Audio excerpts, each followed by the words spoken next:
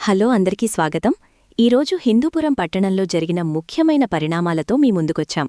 ముందుగా మున్సిపాలిటీ విషయానికొస్తే ప్రభుత్వం జిల్లా కలెక్టర్ శ్యాంప్రసాద్ గారిని ప్రత్యేకాధికారిగా నియమించింది. అవును, ఆయన బాధ్యతలు స్వీకరించిన వెంటనే అభివృద్ధిపై ఫోకస్ పెట్టారు. అధికారులతో మీటింగ్ చేసి పట్టణ సేవలను మెరుగుపరచాలని స్పష్టమైన ఆదేశాలిచ్చారు.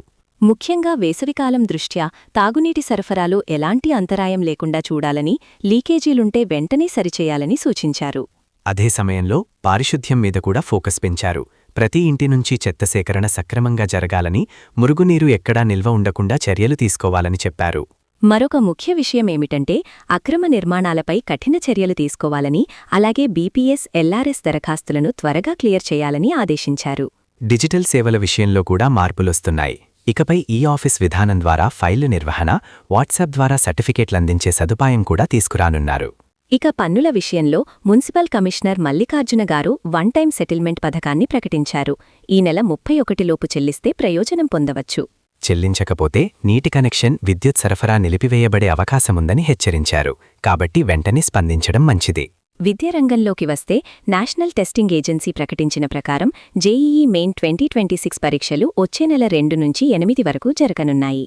సిటీ ఇంటిమేషన్ స్లిప్ ఇప్పటికే అందుబాటులో ఉంది. అభ్యర్థులు తమ లాగిన్ వివరాలతో డౌన్లోడ్ చేసుకోవచ్చు. ఇక సాంస్కృతిక కార్యక్రమాల్లో ఉగాది వేడుకలు ఘనంగా జరిగాయి. మహిళలు పెద్ద సంఖ్యలో పాల్గొని ఉత్సాహంగా జరుపుకున్నారు. అదేవిధంగా ఆర్ఎస్ఎస్ కార్యక్రమాల్లో రాష్ట్ర ప్రచార ప్రముఖ్ వాసు మాట్లాడుతూ క్రమశిక్షణకు ఆ సంస్థ మారుపేరని చెప్పారు. పట్టణంలో పాంచజన్య పాఠశాలకు ఉత్తమ అవార్డు రావడం గర్వకారణం. ఇది మొత్తం ప్రాంతానికి మంచి పేరు తెచ్చింది. మరియు ఈ నెల 27న గొట్లూరులో పరుగుపంద్యం పోటీలు కూడా నిర్వహించనున్నారు. ఆసక్తి ఉన్నవారు నమోదు చేసుకోవచ్చు. ఇవే ఈరోజు ముఖ్య అప్డేట్స్. మరిన్ని సమాచారం కోసం మాతోనే ఉండండి. ధన్యవాదాలు. మరో ఎపిసోడ్లో కలుద్దాం.